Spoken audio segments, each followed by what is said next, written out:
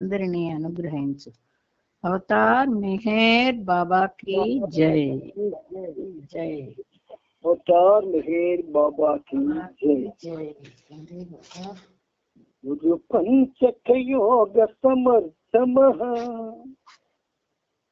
गुरु पंचक योग समर्थमः, महिमायुत भव्यतनो सुकृते, महिमायुत भव्यतनो सुकृते, तदतीत महाप्रणय स्फुरित, तदतीत महाप्रणय स्फुरित, श्रितकल्पतरो मेहर बाबा विजयो. अवतार मेहर बाबा की जय. అందరికీ ప్రేమపూర్వక జై బాబాలు. మెహర్ బాబా యొక్క మీరు మాట్లాడుతున్న వ్యక్తి మీ కాల్ను హోల్డ్ లో ఉంది. మెహర్ బాబా యొక్క కరుణా కటాక్షాల వలన మనం ఈ సహజీవన కార్యక్రమాన్ని చేసుకోగల అవకాశాన్ని బాబా ప్రతిరోజు ఇస్తున్నారు. మధ్య మధ్యన గ్యాపులు వస్తాయి, ఎందుకంటే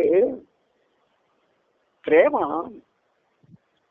కంటిన్యూగా ప్రేమానుభవం ఉంటే పలికిరాదు. మధ్య మధ్యని విరహం కూడా ఉండాలి.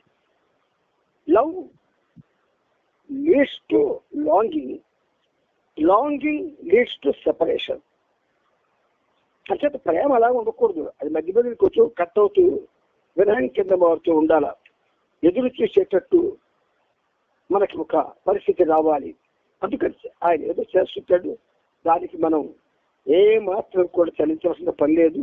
ఆయన ఇష్టం, ఆయన కార్యక్రమం, ఆయన జనాల చేత ఎలా చేయించుకుంటే అలా చేయించుకొని, అందుచేత అవకాశం వస్తున్నాడు కాబట్టి ఆ ప్రభువుకి మనందరి తరపున శత సహస్ర కోటి పాదాభివందనాలను సమర్పించుకుంటూ, ఇప్పుడు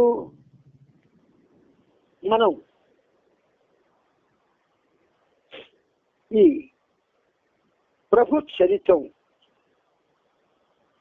9వ భాగంలోకి ప్రయాణం చేయడానికి ప్రయత్నం చేస్తున్నాం.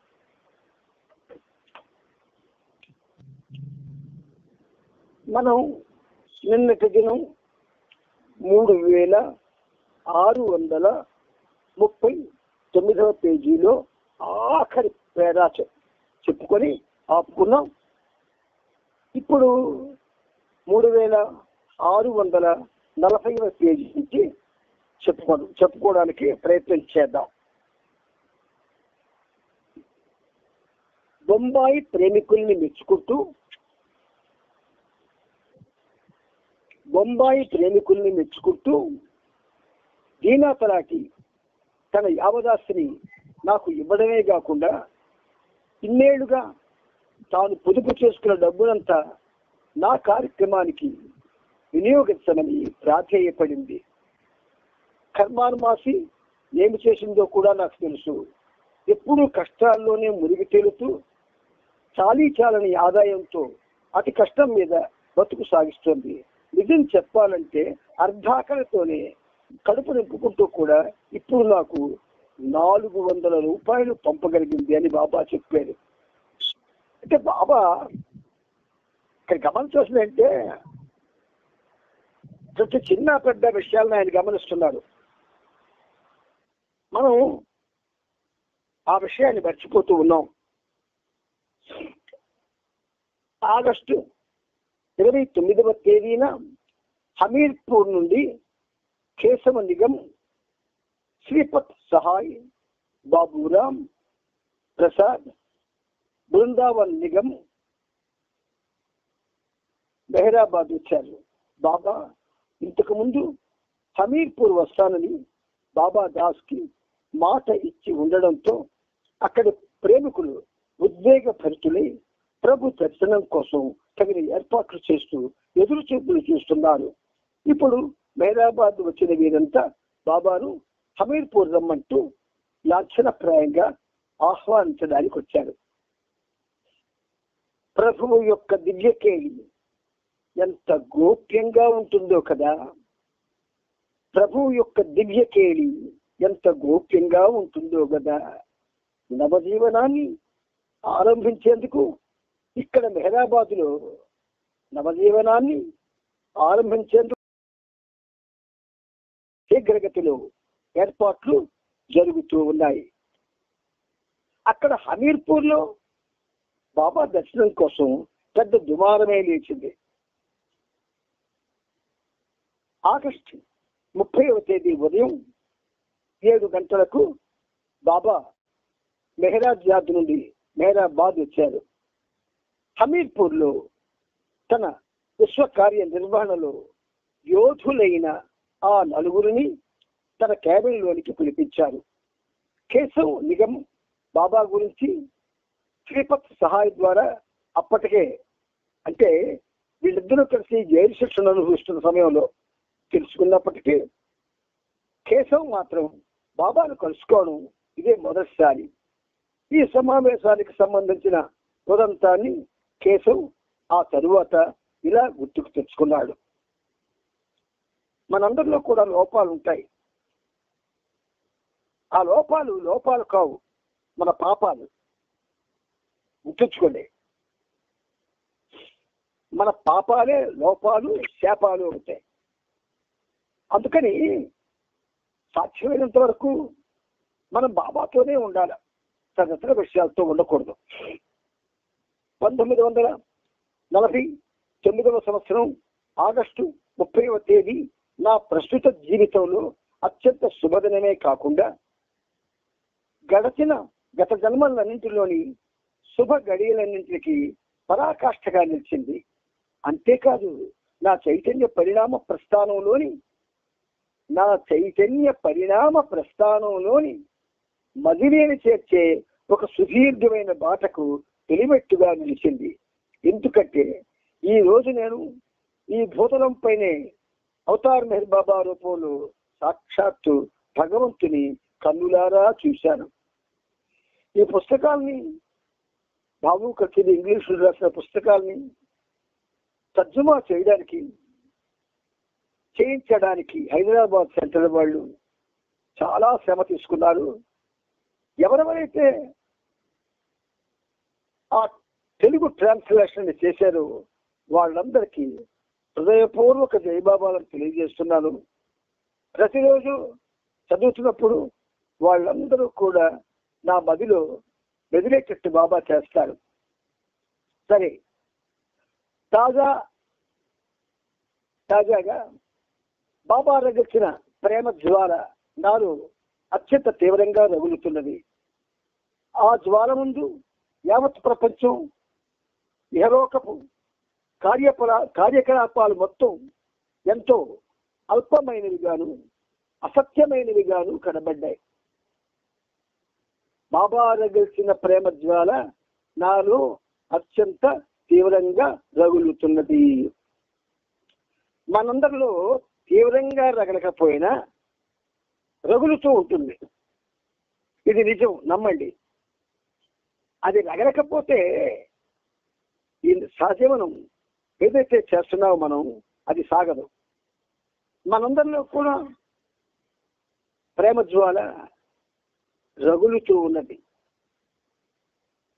ఆ జ్వాల ముందు యావత్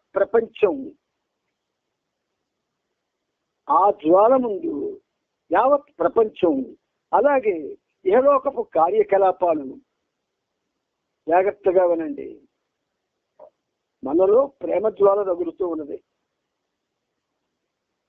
అది ఎవరెవరి యొక్క అదృష్టాన్ని బట్టి ఆ జ్వాల యొక్క తీవ్రత ఉంటుంది. అయితే ఒక నిర్వచనం ఏంటంటే ఇస్తున్నారు, ఆ జ్వాల ముందు యావత్ ప్రపంచం అలాగే ఇహలోకపు కార్యకలాపాలు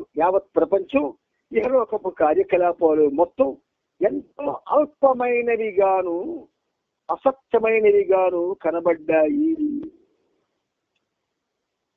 ప్రేమ జ్వాల ముందు ఈ లోకంలో జరిగే కార్యకలాపాలన్నీ కూడా అల్పమైనవి, అసత్యమైనవి అన్న విషయం మనందరం కూడా గ్రహించవలసి ఉన్నది. బాబా హమీర్పూర్ ప్రేమికులను ఉద్దేశించి ఇలా చెప్పారు. జనం నన్ను జగన్నాథుడని అంటుంటారు, కానీ నేను జగత్తుకే సేవకుడిని. మానవాడి యొక్క మురికిని శుభ్రపరిచే చాకలిని నేను. తనని తాను చెప్పుకోవడంలో బాబా ఎంత అద్భుతంగా చెప్పుకున్నాడో చూడండి. జనం నన్ను జగన్నాథుడని అంటుంటారు, కానీ నేను జగత్తుకే సేవకుడిని. మానవాళి యొక్క మురికిని శుభ్రపరిచే చాకలిని నేను. మరి ప్రభువు చాకలిగా పనిచేస్తుంటే మనమేమిటండి? చాలా క్లీగాను, సమస్తం తెలిసినట్టుగాను, అసలు ప్రపంచమే మన చేతుల్లో ఉన్నట్టు మనం సంచరిస్తూ ఉన్నాము. ప్రపంచ కార్యకలాపాలన్నీ అల్పమైనవి, లేనివి, అసత్యమైనవి. మరి ఆయన నేను లోకాన్ని ఒక విధంగా సేవ చేయడానికే నేను ఒక చాకలిగా పనిచేస్తానంటే మరలా పనిచేయాలండి. చాకలి అన్న మాట చాలా స్వల్పమైనది. సర్వోన్నతుడు తనను తాను చాకలిని అనుకుంటే మనం ఏమనుకోవాలండి? ఒక్కసారి ఆలోచించండి, ప్రేమతో ఆలోచించండి. నేను నవజీవనంలోకి ప్రవేశించబోతున్న ఈ సందర్భంలో మీరు ఇక్కడికి రావడం మీ అదృష్టం. అక్టోబర్ 15వ తేదీ నుండి 1 సంవత్సరం పాటు మీరు పాటించడానికి మీ అందరికీ నేను 3 ఆదేశాలని ఇవ్వబోతున్నాను. వాటి గురించి బాగా ఆలోచించండి. మీరు ఇంటికి తిరిగి వెళ్ళాక వాటి విషయంలో మీ నిర్ణయం ఏమిటో నాకు తెలియజేయండి. మీకు నేనిచ్చే ఈ 3 ఆదేశాలు కానీ వాటిలో ఏ ఒక్కటైనా కానీ మీకు నచ్చలేదని చెప్పినా నేనేమీ బాధపడను. కానీ ఆ ఆదేశాల్లో దేనినైనా అనుసరిస్తామని ఒక్కసారి కనుక మీరు నాకు వాగ్దానం చేస్తే ఎట్టి పరిస్థితుల్లోనూ వాగ్దానం భంగం చేయకూడదు. అందువలన మాట ఇచ్చే ముందు బాగా లోతుగా ఆలోచించండి. ఈ 3 ఆదేశాలు ఇవే. మొదటిది, డబ్బును తాకవద్దు. ప్రమాదకరమైనటువంటి డబ్బు అది మనుషుల్ని నాశనం చేసేస్తుంది. దాన్ని బాబా తాకవద్దు అంటున్నారు. మొదటిది. 2, స్త్రీలను తాకవద్దు. జనరేషన్స్ లో పరస్పర వృద్ధులైన జనరేషన్స్ ఉంటాయి. స్త్రీకి పురుషుడికి తేడా ఏమిటంటే, స్త్రీ భగవంతుని యొక్క కార్యాన్ని నెరవేరుస్తుంది, పురుషుడు అందుకు సహాయపడతాడు. అంటే సమవుజ్జీలు. అందుకే ఆలు మగలు అన్నారు, భర్త భార్య అన్నారు. అందుచేత అటువంటి కౌంటర్ పార్ట్ అయిన స్త్రీని తాకొద్దు అన్నారు. 3వది, వారంలో ఒకరోజు 24 గంటల పాటు ఉపవాసం చేయాలి. అంటే భగవంతుని యొక్క మార్గం, ఆయన విధానం,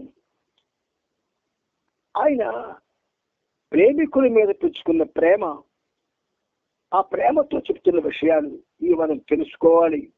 తెలుసుకోవడమే కాదు, ముఖ్యమైనది ఏంటంటే మనం అల్పమైన వాటిని, అసత్యమైన వాటిని విడిచిపెట్టాలి.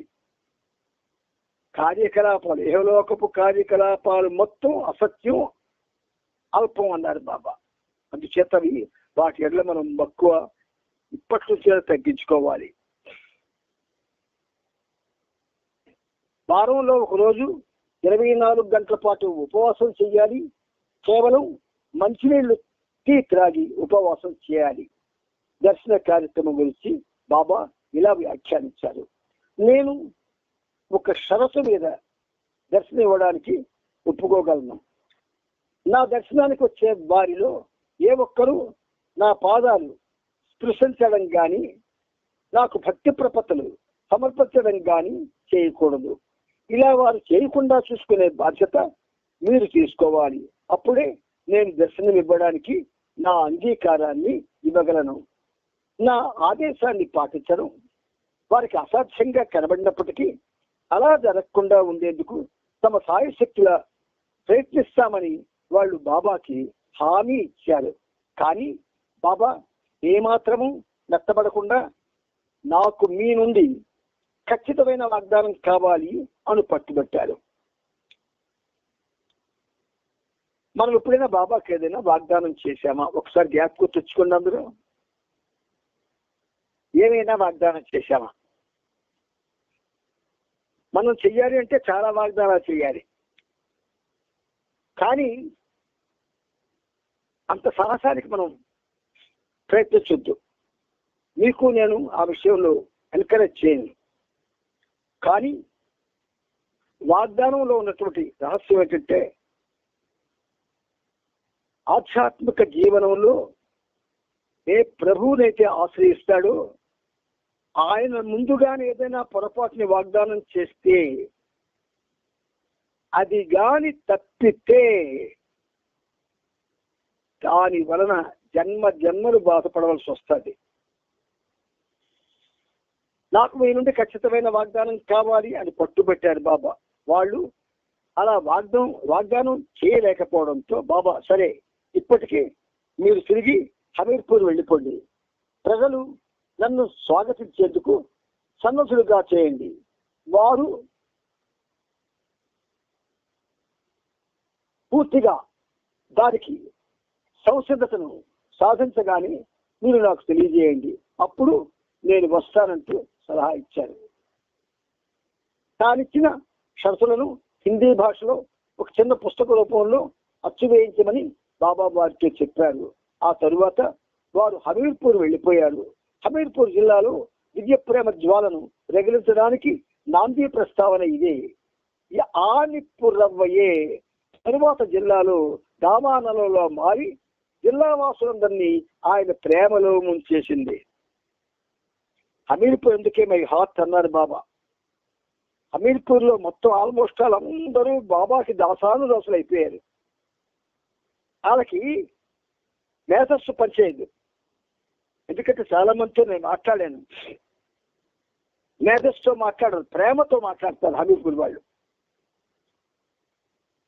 మనం మేధస్సు ఉపయోగించి మాట్లాడతాము, పాత విషయాలు గుర్తుకు తెచ్చుకొని మాట్లాడతాము, పగతో మాట్లాడతాము, కపటంగా మాట్లాడతాము.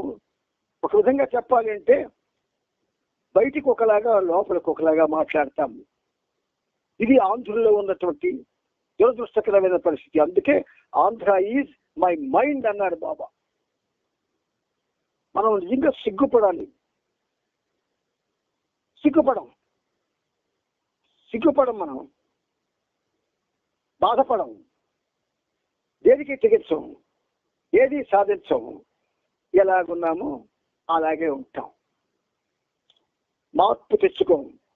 అమరులు మారిపోతే ప్రమాదం. లాభానికి కావలొస్తే వెనక్కి పెడతాం కానీ మా పనులు, మా కార్యక్రమాలు, మా అవసరాలు ఇవి మేము తీర్చుకోకుండా ఉండలేము. తీర్చుకుంటాం. రావకుండా వద్దన్నాడు కదా, శక్తి నాటి రెస్పాన్సిబిలిటీ అన్నాడు కదా అని ఒక వాక్యాన్ని జాగ్రత్తగా జ్ఞాపకొచ్చుకుంటాం. అన్ని మానేస్తాం. గట్టి గుర్తు పెట్టుకోండి,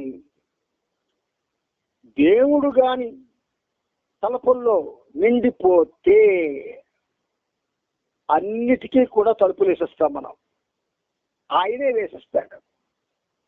తలుపుల్లో నిండనివ్వకుంటున్నాం. అందుచేత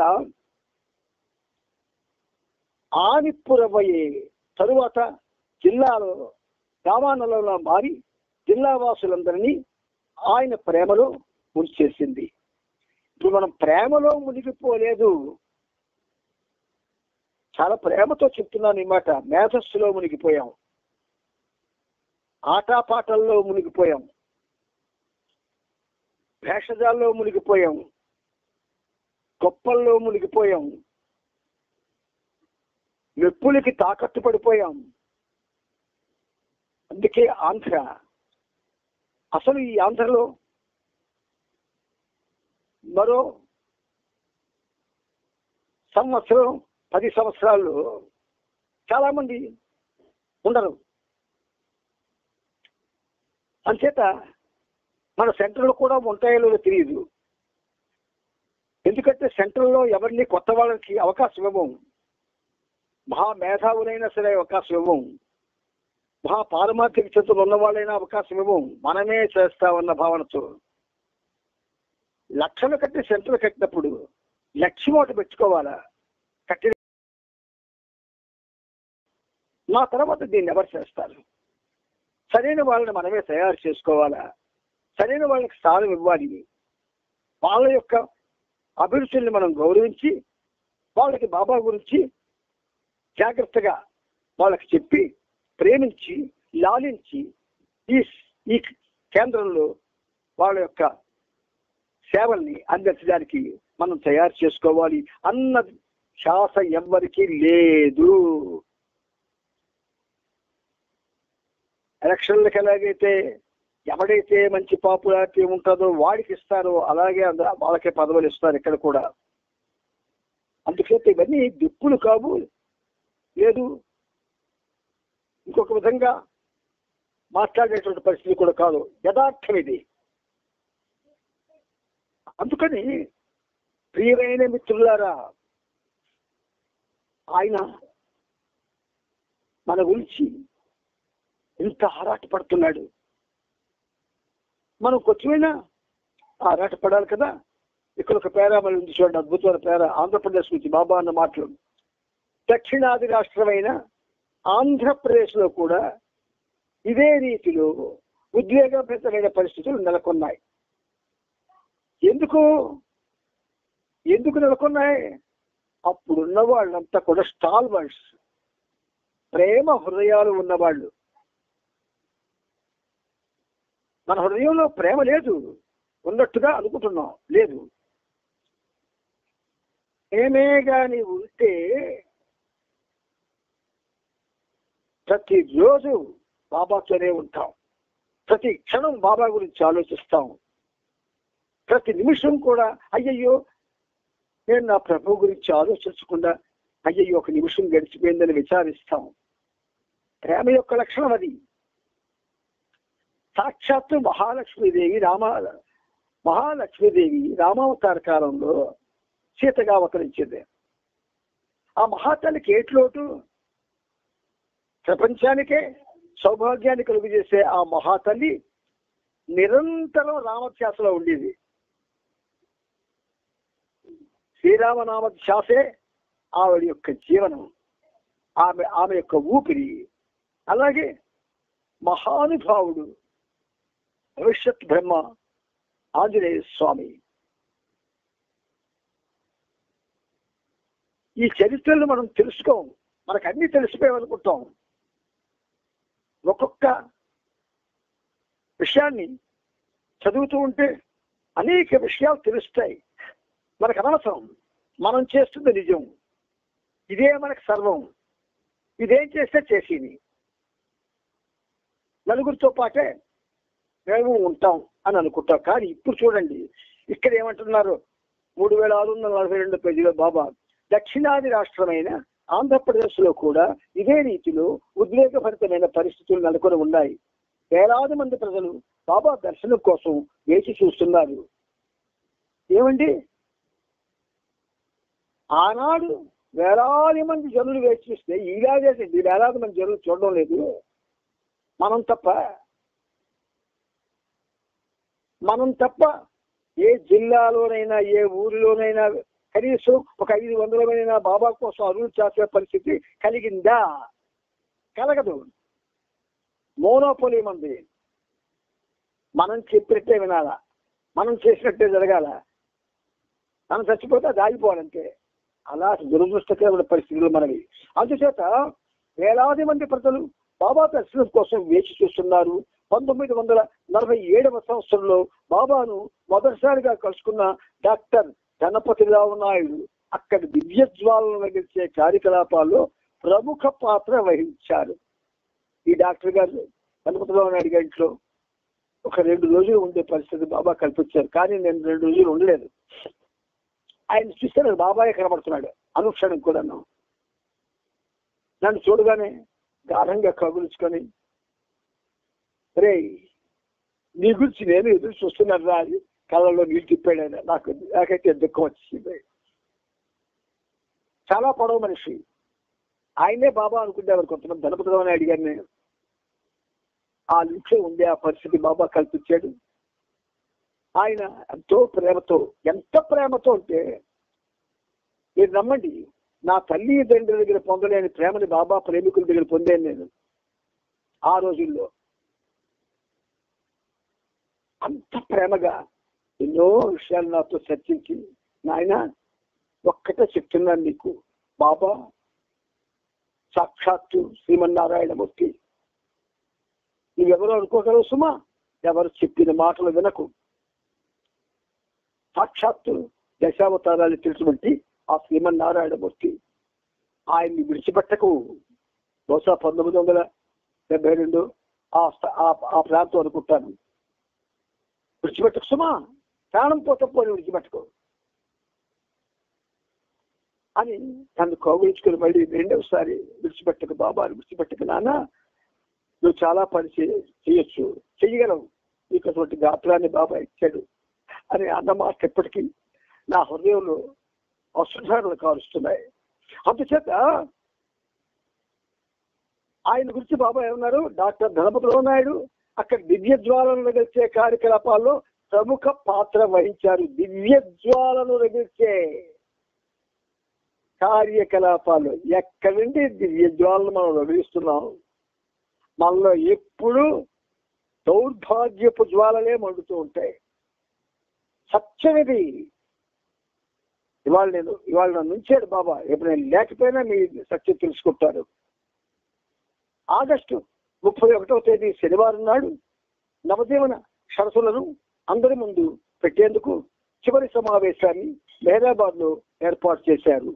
బయట ప్రాంతాల నుండి బెహర్జీ, నారిమన్, జాల్ కేరావాలా, బాలనాథు, సదాశివ్ పటేల్, దౌలత్ సింగ్, కేకి దేశాయ్, కిషన్ సింగ్, విఠల్ బోక్రే, డాక్టర్ దేశ్ముఖ్ వంటి సన్నిహిత ప్రేమికుల్ని సుమారు 35 మందిని బాబా సోదరులు జాన్, బైరం, ఆది జూనియర్ను సమావేశానికి పిలిపించారు. అందరినీ ఉదయం 8 గంటలకు హాలులో హాజరు కమ్మని సూచించారు. సమావేశపు హాలును ఊడ్చి శుభ్రపరిచి ఉంచారు. నిర్ణీత సమయానికి ముందు హాల్లోనికి ప్రవేశించడానికి ఎవరికి అనుమతించలేదు. నిర్ణీత సమయానికి ముందు ప్రతి సభ్యుడు స్నానమాచరించి శుభ్రమైన దుస్తులు ధరించి ఉండవలసిందిగా కూడా బాబా ఆదేశించారు. బయట ప్రాంతాల నుండి వచ్చిన వారికి స్నానము ఆచరించేందుకు ప్రత్యేకమైన ఏర్పాట్లు చేశారు. తెల్లవారే సమయానికి రావు సాహెబ్ అబ్సేరీ ఒక్కడే ఇంకా చేరుకోలేదు. రైలు మెహరాబాద్ గుండా వెళుతున్నప్పుడు రైలులో ఉన్న రావు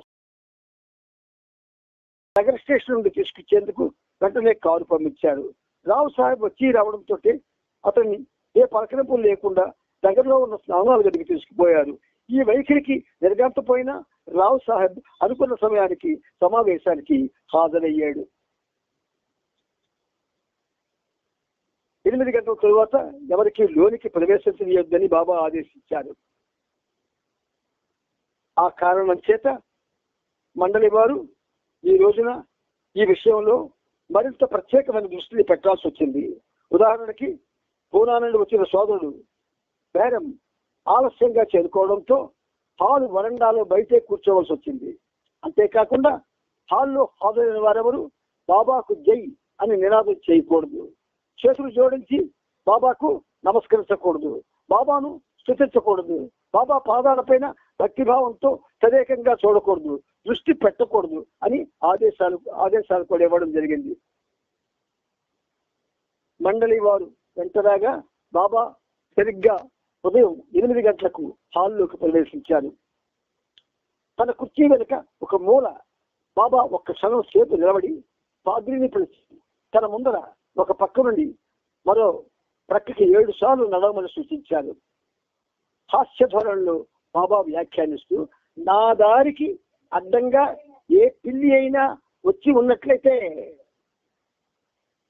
పాద్రి అలా నడవడం ద్వారా ఆ దోషం నశిస్తుంది అన్నారు. తరువాత బాబా తన కుర్చీలో కూర్చున్నారు. అంతా హాదమైన విషయం గమనించి ఇక బయట నుంచి ఎవరు మధ్యలో రావడం కానీ ఎటువంటి అడ్డంకి కలగడం కానీ ఉండదని నిర్ధారించుకున్నారు. ఈలోగా పాద్రి అన్ని తలుపుల్ని కిటికీలను మూసివేశాడు. సమావేశం ఉద్దేశాన్ని బాబా వివరించారు. ప్రత్యేకంగా బయట నుండి వచ్చిన వారిని ఉద్దేశించి 1200 మందితో కూడిన మొత్తం జాబితాలో వారు మాత్రమే ఎంపికైన వారు అన్న విషయాన్ని గుర్తు చేశారు. ప్రత్యేక ప్రార్థనా కార్యక్రమంలో ఒక్కొక్క మతానికి ప్రాతినిధ్యం వహిస్తూ అర్చకులుగా వ్యవహరిస్తున్న 4 మండల సభ్యులు కైకోబార్, డాంకిన్, కాక్ సాహెబ్, కాలేమామ వరుసగా అవెస్తా, బైబిల్, ఖురాన్, భగవద్గీత నుండి కొన్ని ప్రత్యేకమైన ప్రవచనాలు చదవమన్నారు. అన్నింటికంటే ముందు నన్ను, నా మండలి సభ్యులను, సమస్త జనావళిని భగవంతుడు క్షమించాలని జొరాస్ట్రియన్, క్రిస్టియన్, మహమ్మదీయ, హిందూ పద్ధతులు అనబడే ఈ 4 మార్గాల ద్వారా నేను భగవంతుడిని క్షమాభిక్ష అర్థిస్తున్నాను అని బాబా చెప్పారు. ఈ 4 విధాలైన ప్రార్థనలను పఠించిన తరువాత ఖురాన్లోని గీతాలను అత్యంత శ్రావ్యంగా గానం చేసిన ఖాక్ సాహెబ్ తీరును ఉద్దేశించి, ఖాక్ సాహెబ్ ఖురాన్లో గీతాలు గానం చేశాడు. ఇంత సుందరంగా గానం చేసిన ఈ స్తోత్రాలకు భగవంతుడు చెలించకపోతే ఇక ఆ దేవుడు చెవిటి వాడైనా అయి ఉండాలి, లేదా మృతుడైనా అయి ఉండాలని బాబా వ్యాఖ్యానించారు. ఒక్కసారి ఉళ్ళు చల్లు మంది ఇప్పుడు ఆ చదివితే అలాగే పరిస్థితి వస్తుంది. మిమ్మల్ని పరిముట్టితే ఇంత సుందరంగా గానం చేసిన ఈ స్తోత్రాలకు అసలు సుందరంగా గానం చెయ్యాలి అని బాబా చెప్పినప్పుడు ఏమాత్రం మనకి చలనం కలిగితే మామూలుగా గానం చేయడానికి సాహసించము. నెంబర్ 1, ఈ సుందరంగా చేసిన ఈ గానం ఎలాంటిదట, ఆ గానానికి ఒకవేళ భగవంతుడు చలించకపోతే ఇక ఆ దేవుడు చెవిటివాడైనా అయి ఉండాలి, లేదా మృతుడైనా అయి ఉండాలని బాబా వ్యాఖ్యానించారు. అందుకే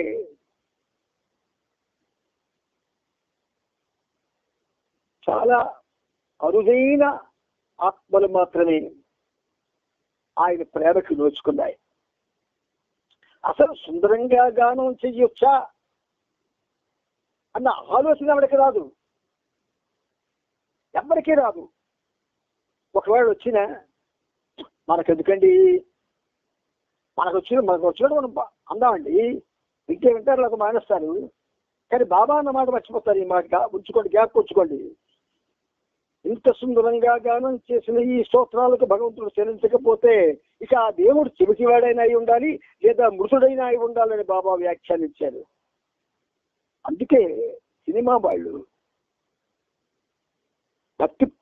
భక్తి సినిమాలు చూడండి, ఆ భక్తిపరమైన గానాన్ని ఎంత అద్భుతంగా తయారు చేస్తారో ఆ మ్యూజిక్ డైరెక్టర్స్.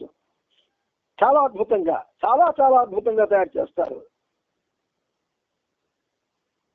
అసలు భగవంతుడే జగతేక సుందరుడండి, అందమైన వాడండి. అటువంటి అందమైన వాడి ముందు అందంగా పాడకపోతే మన ఇష్టం వచ్చినట్టు పాడితే అది ప్రేమండి కాదు కదా. ఖచ్చితంగా ప్రేమతో మీరు అంటే మీకు చెప్పడానికి నేను ఎంతో సంతోషిస్తున్నాను కూడా. నాకు సంగీతం నేర్పిన మాస్టారు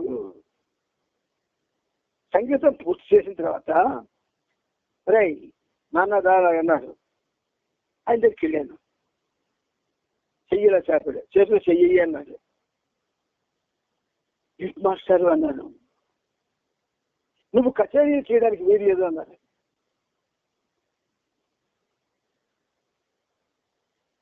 ఆశ్చర్యపోయాను. మా నాన్న ఉన్నారు అప్పుడు. అది చాలా కనీసరి మాస్టర్ అంటే నీ జన్మ కచేరీల కోసం లేవు, అది ఇవ్వబడలేదు. ఈ జన్మకు వేరే ప్రయోజనం ఉంది, నువ్వు ఆ ప్రయోజనాన్ని నెరవేరుస్తావు. కచేరీకి వెళ్ళకు. యథార్థానికి it is the direction from my beloved Meher బాబా.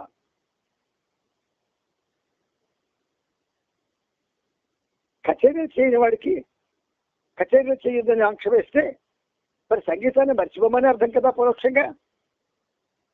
మరైతే ఇన్ని గీతాలు ఎలా రాయడం ఏంటంటే ఆయన రాసుకున్నాడు, ఈ పనిముట్టు కాదు, ఆయనే రాసుకున్నాడు. మీరు ఎవరైనా వచ్చి అది కూర్చొని ఈ విషయం మీద రాయండి అంటే వచ్చేస్తుంది, లిరిక్ వస్తుంది, ట్యూన్ వస్తుంది, నాకు సంబంధం లేదు. అంచేత మనకి సంబంధం లేకుండా ఆయన ప్రేమతో ఆయన సేవ చేయగలిగే పరిస్థితి రావాలని బాబా ఇక్కడ మనకి నొక్కి వక్కాడుస్తున్నాడు. మరొకసారి చదువుతాను వినండి. ఈ 4 విధాలైన ప్రార్థనలను పఠించిన తరువాత ఖురాన్లోని గీతాలను అత్యంత శ్రావ్యంగా గానం చేసిన కాక్సా తీరును ఉద్దేశించి, ఇంత సుందరంగా గానం చేసిన ఈ స్తోత్రాలకు భగవంతుడు చరించకపోతే ఇక ఆ దేవుడు చెవిటివాడైనా అయి ఉండాలి, లేదా మృతుడైనా అయి ఉండాలి అని బాబా వ్యాఖ్యానించారు. మంచి టాపిక్ దగ్గర మనం ఆపుకునే అవకాశాన్ని బాబా ఇచ్చారు. ఆయనకి మళ్ళీ శతశాస్త్ర కోటి వందనాలు చేస్తున్నాను నేను. ఎందుకంటే హృదయాన్ని కదిలించే సన్నివేశం దగ్గర ఆపించారు ఆయన. సరే, అవతార్ మెహర్ బాబా చీజే. బాబా మనకి ఎంతో ప్రేమగా చూస్తున్నారు, అర్థం చేసుకోండి. ఆయన మనల్ని చాలా ప్రేమగా చూస్తున్నారు. ఆ ప్రేమను మనం పాడు చేసుకుంటున్నాం, అంతకంటే ఎక్కువ మాట నాన్ను. అందుచేత మనం బాబాతోనే ఉండాలి, బాబాతోనే ఉండాలి. ప్రాపంచిక విషయాలతో కానీ లౌకిక వ్యవహారాలతో కానీ ఉండకూడదు. ఉంటే మనం ఆయన తరహాలో మనం పనిచేయలేము. అవతార్ మెహర్ బాబాకి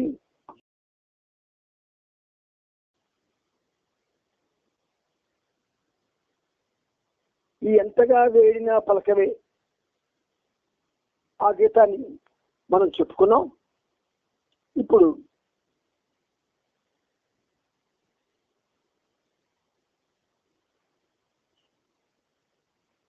మనం చెప్పుకోబోయేటటువంటి ఆ అద్భుతమైనటువంటి గీతం ఏంటంటే వేదాంత సారము.